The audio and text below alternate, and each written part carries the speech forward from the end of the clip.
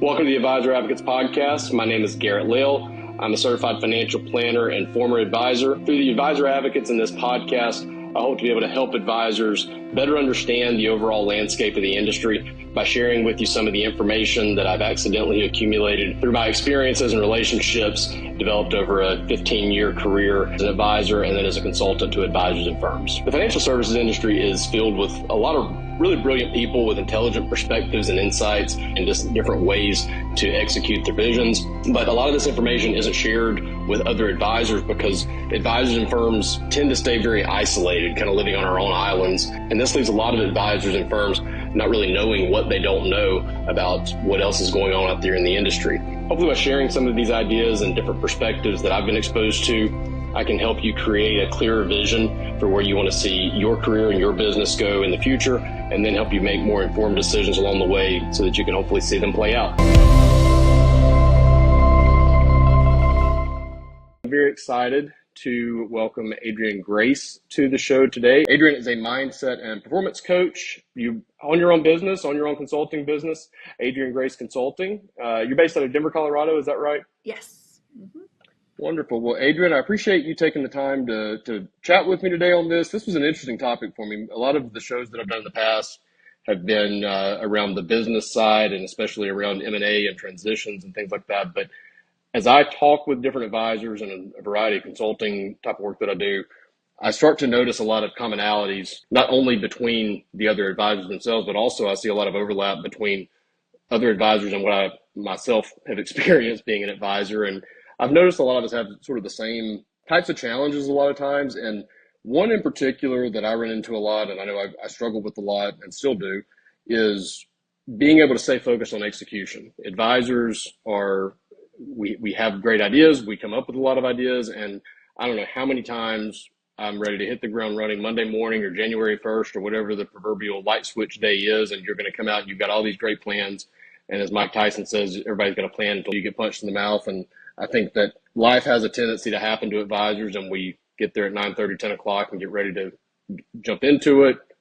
And then a client calls or the market's down or whatever happens. And the next thing we know, we've forgotten all about those plans by lunchtime. So I'm excited about this conversation. I know that I don't pretend to know your business inside and out, but I do know that the gap between where advisors want to be in their business and where they are today oftentimes is a mindset. And it's not so much an ability or a knowledge. It's more of an ability to execute because of that mindset. So thanks for joining me on this, and excited to have you on. Yeah, thanks for having me. I'm really happy to be here. You've got a really cool background. So you were on the hamster wheel of financial services for a long time. Mm-hmm. And during COVID decided, I'm presuming during COVID, that was, you said 2020, that was in the midst of all of that, kind of decided that this wasn't what you wanted to do, and you had a different vision for your own life. So yeah, so during 2020, during COVID, I just kind of increasingly had this, I'll just call it incongruency that I felt inside about what I was doing. I was wholesaling at the time. I had been with my firm for a long time, almost 10 years. But it just, my heart wasn't in it. And I had always had thoughts and visions of me running my own business as a coach kind of in the back of my mind. But I never let myself go there because I just thought that it was impossible. And I thought, okay, well, maybe at some point, if I save enough money, then I can do this. Or, once I retire from this, then I can do this. And I realized that that's just one of those things that we tell ourselves that really there is no future that exists. That's just putting things off for another day. And so I decided to make a change. So I left my firm in 2021 and started my own business. I was looking back at one of your webinars, and you talked about 95% of our results come from our subconscious. I played golf pretty competitively in high school and college, and I was always blown away at how much I could fully execute exactly what I wanted to do on the driving range before a round, and then go on the golf course, and all of a sudden I forgot how to play.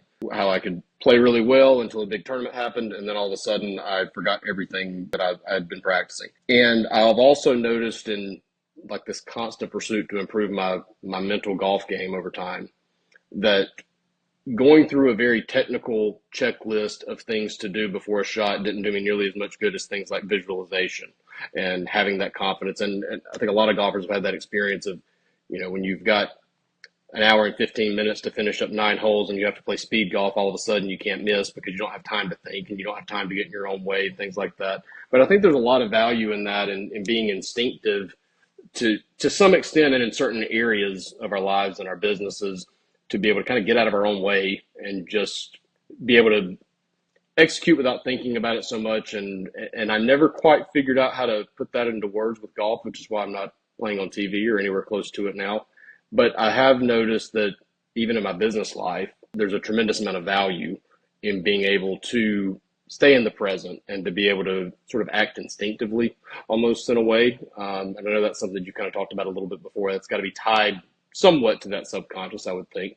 Yeah, so 95% of all of our behavior is subconscious. So what does that mean? Well, basically if you broke your mind into two parts, we have our conscious mind, which is, what we're thinking about consciously, we're aware of it.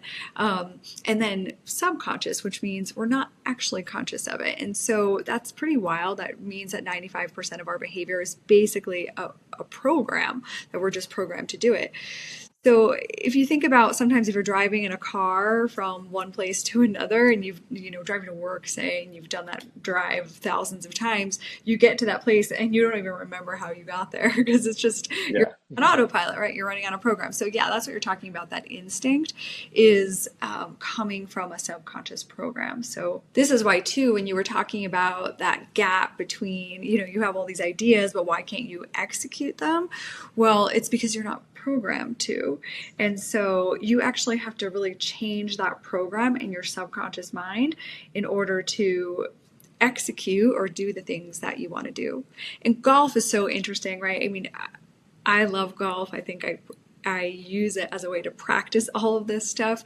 But it's the only game, it's the only sport where you walk up to a still ball, right? So your mind plays so much more of a role than any other sport when you're acting on just reflexes alone and acting on that subconscious program. So that's why the mental game of golf is so important.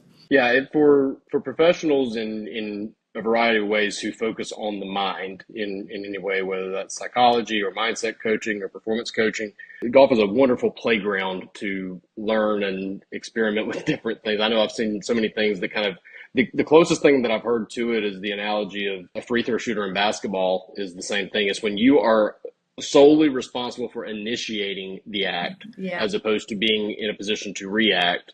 It's such a different program that we're working on, really, Yeah. is kind of what it comes down to.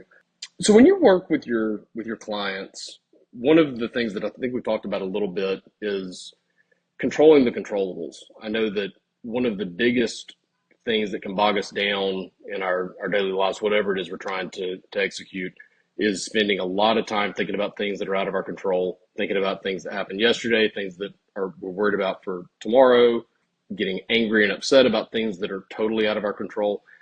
How do you work with your clients on staying focused and maybe even just taking a step back, defining those things that are in your control and those things that aren't worth our time and energy and staying focused on those? Yeah, I mean, I would argue the only thing that we can really control is what's going on in here, right? What's going on in our mind. And so if you're dwelling on the past, if you're anxious about the future, you're not even in the present moment and you're putting yourself into a really negative state. And what I've learned is that it's our present state of consciousness in any moment that is actually affecting our results. So if we're even taking action from a place of worry, so say you want to grow your business, right? But you're nervous, like you're worried about that you're not going to be able to make ends meet, or you're worried about the next bill or whatever it is, and you're taking action from this place of fear, then you're never going to see the results that you want back, right? Because you're infusing that state of consciousness, that state of fear with your results. So it's so important to stay present, to really only control the one thing that you can control is your mindset, right? And is yourself. And when you do that, then you can learn to have a different state of consciousness when you're taking any sort of action. The example I was bringing up from when I was 18, I had a huge golf match. It was the last match I played in my senior year, and I worried. Well, the original match got postponed like 5 days because of weather, so I had a long time to worry even more than I was already.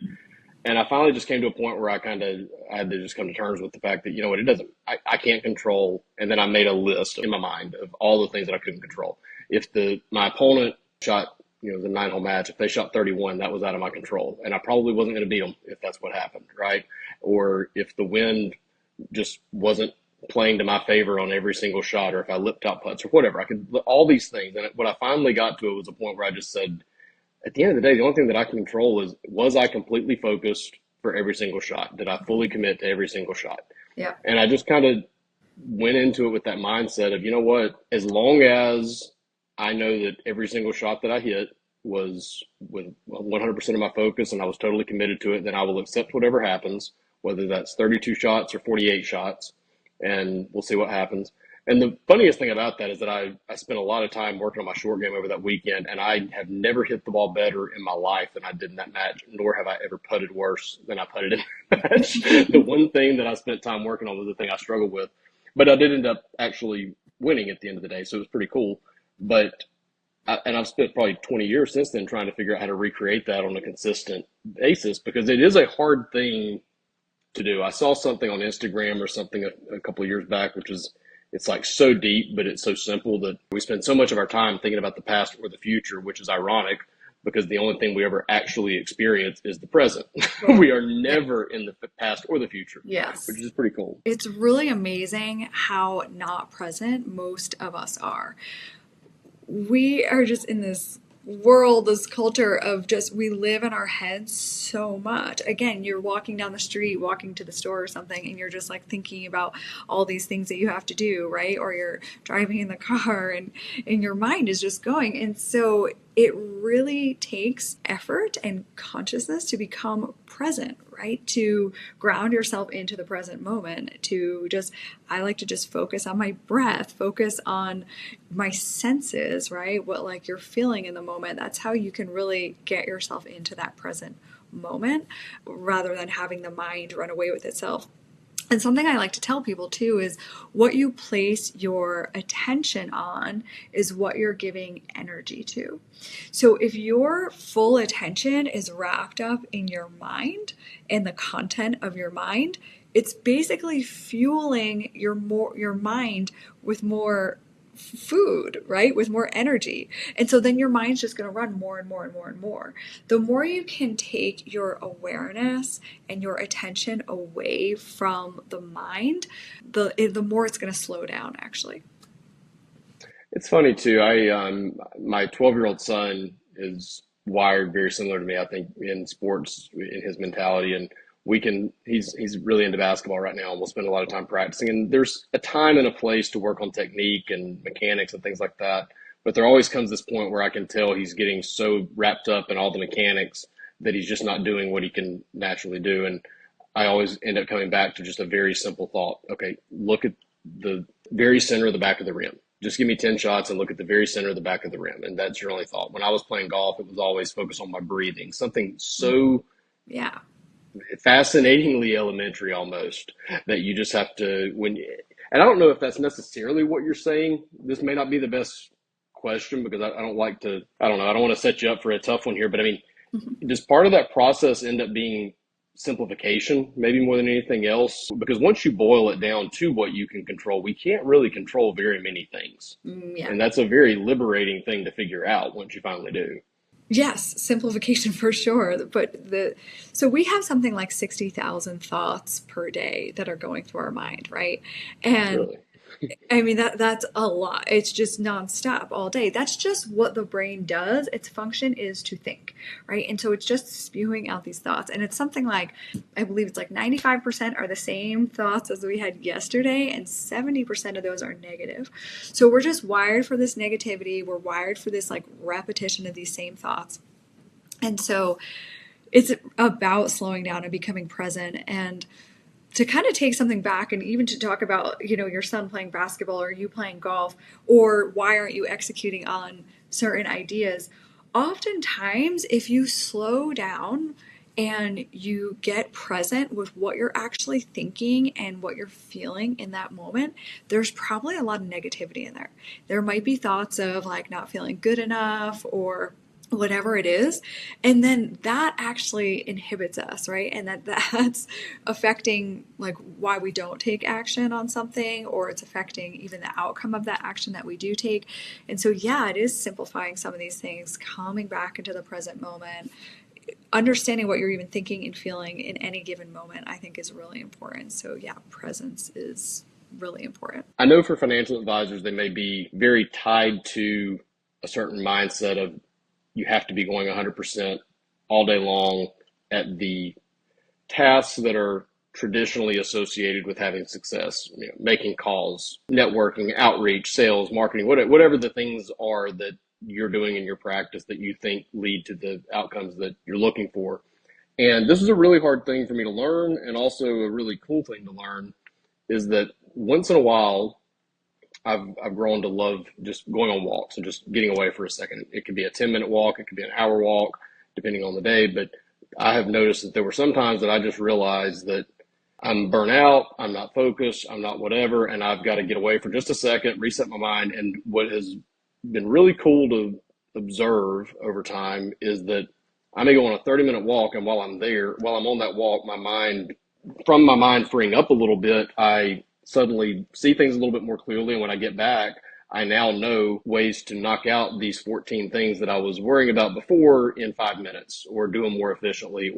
And I've learned sometimes that just taking a step back sometimes helps me take 5 steps forward, as opposed to continuing to try to keep my head down and bang it against a concrete wall and get nowhere, and then just be more exhausted the next day. Mm-hmm. Yeah, so I love the quote from Einstein that says, you can't solve a problem from the same level of consciousness in which it was created. And so oftentimes we require stillness in this world of just going from one thing to another, plowing through that to-do list, just all this busyness. Stillness is so important.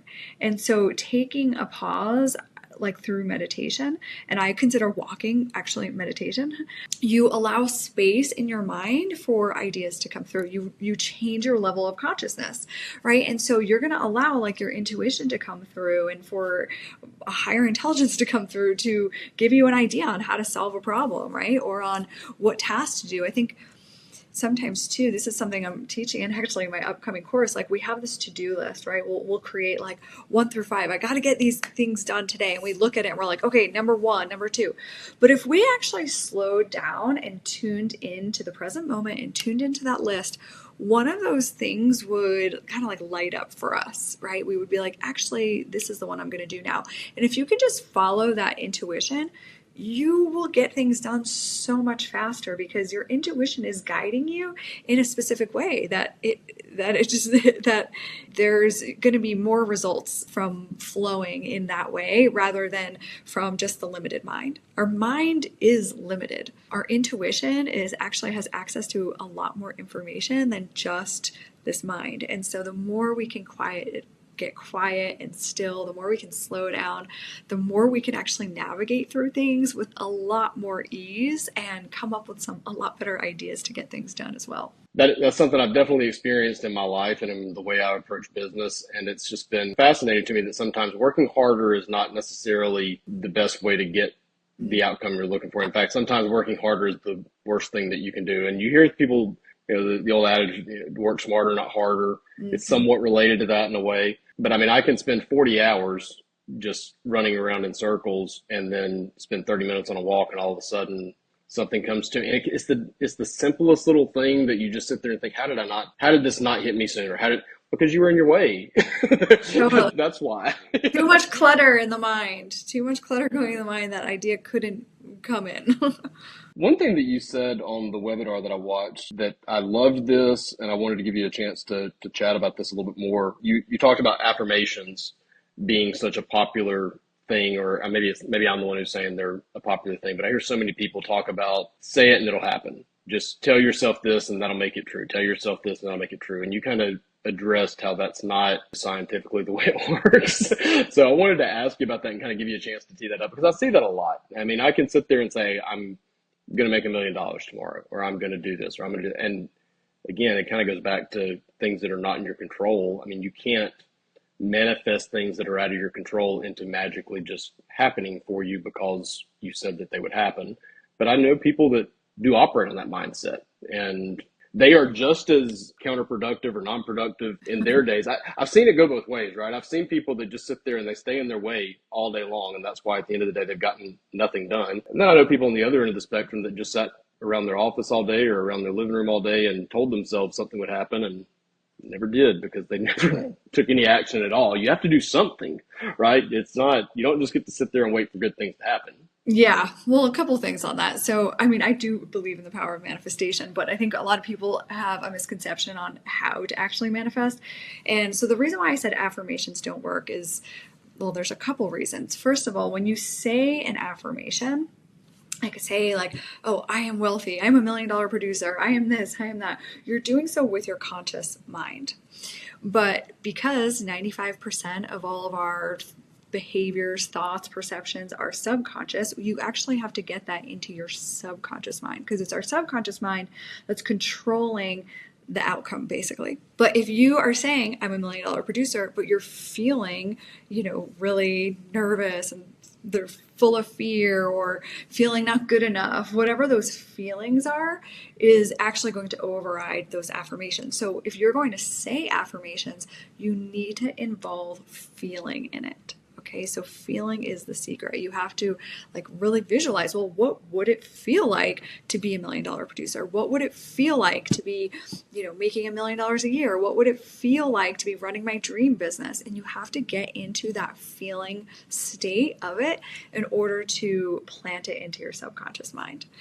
The other thing I say is that action is the language of physical reality, right? And so if you're just saying affirmations, you have to take an action, right? So it's not really responding necessarily to just your thoughts, but it's responding to, what is that action? But that's why you have to infuse that take an action of the person who is running, your $1 million business, $1 billion business, whatever it is. Okay, what would they be thinking right now? What would they be feeling right now? And what actions would they be taking right now? And you have to really put yourself into that place and then take an action from there. And you will see a very different result in your life if you do that versus just saying an affirmation and sitting on a meditation cushion. That's not really going to get you very far. Quick follow-up question on that. So how do you coach your clients to be able to do that? Because what I'm thinking of is, okay, again, back to golf. I told you before we started this, if you get me on golf, then I can stay bogged down there for a minute. I can talk about that for a long time. But I remember coaches that I would work with who at some point, after telling me what to do enough times and me not doing it, they would kind of step back and say, okay, focus on this feeling, right? Rather than thinking about rotating your weight to your right side without shifting too much, think about trying to create pressure on the inside of your right leg. As you're turning backwards, you're going to feel more pressure on the inside of your right foot down through your right leg. And then me finding that feeling, I would suddenly do it the right way because what they're telling me to do is to focus on the feeling that I'm going to feel if I do it the right way, as opposed to the action that's going to get me there. My question back to you, though, is if I have never been $1 million producer, I'm a $500,000 producer, and I'm trying to think about what would $1 million producer do in this situation. If I've never been one, how do I know? Well, How do you get that? yeah. So again, this is where your imagination comes in. Your imagination is so powerful. It's such a beautiful gift that we have, and it's just like a muscle that if we're not using it, we lose it. And so you can sit in this place again of just stillness and ask yourself, well, what would it feel like to be, $1 million producer? What would it feel like? And you can close your eyes right now and you can actually imagine that, right? You can kind of think about oh, well, actually, I would feel really confident and I would feel like I'm unstoppable. I would feel like, whatever it is, you can kind of get into that feeling state. I also want to remind everybody that The only reason why we ever want something is because we think we're going to feel a certain way once we get it. Right? So it's not even that we want to be $1 million producer. We just want the feelings that are associated with being that. So you can tune into those feelings now, right? You can sit and imagine it. What would it feel like? You could journal about it. That's like another really good way to kind of get into that feeling. But just ask yourself, what would it feel like? What would it feel like? And we can use that trick to kind of get ourselves into that feeling state. That's really cool stuff. Well, I'm gonna wrap it here because I think if I go any further in follow up questions, it's going to be hard not to get into deep little rabbit holes. This is really cool stuff. But really appreciate you taking the time to have the conversation with me. For listeners or viewers on YouTube, how can advisors get in touch with you, and what are some of the resources that you have available for advisors to learn more about you and how you can help them? Yeah, so you can always follow me on social media on LinkedIn or Instagram. You can just search for my name. And I actually have some free resources. If you go to freegiftfromgrace.com, freegiftfromgrace.com, I have a couple free meditations on there that are really wonderful. They're just short 10-minute meditations. They're all about using your imagination to help get those creative juices start to flowing. I also have a document that's the 15 mindset tips for the most successful advisors. So there's always a common thread between the most successful advisors and what they're thinking. And so they can download that on that website as well, freegiftfromgrace.com. And I put out tons of free content on LinkedIn and Instagram just around mindset and how to really create our reality the way we want it to be. Awesome. Well, wherever you are listening to this from or watching, whether it's YouTube, Spotify, Apple Podcasts, or the website, the links to all of the resources that Adrienne just mentioned will be in the description or very close by. So whatever screen you're watching this on or listening to it on, look below and there will be links to all of that content. As always, my links will be there as well for the advisor advocates. Would love to chat with you if there's anything I can help with. And if you would like to speak with Adrienne one-on-one and learn more about how she can help you grow your business, those links will be in the descriptions as well. Adrienne, thank you so much for your time. I had a great time doing this, and I appreciate you graciously. I don't mean to be ironic with that, but I appreciate the grace of coming on here and Yeah. speaking with me. Had a great time. Enjoyed the conversation. Yeah, thank you. I really enjoyed it as well.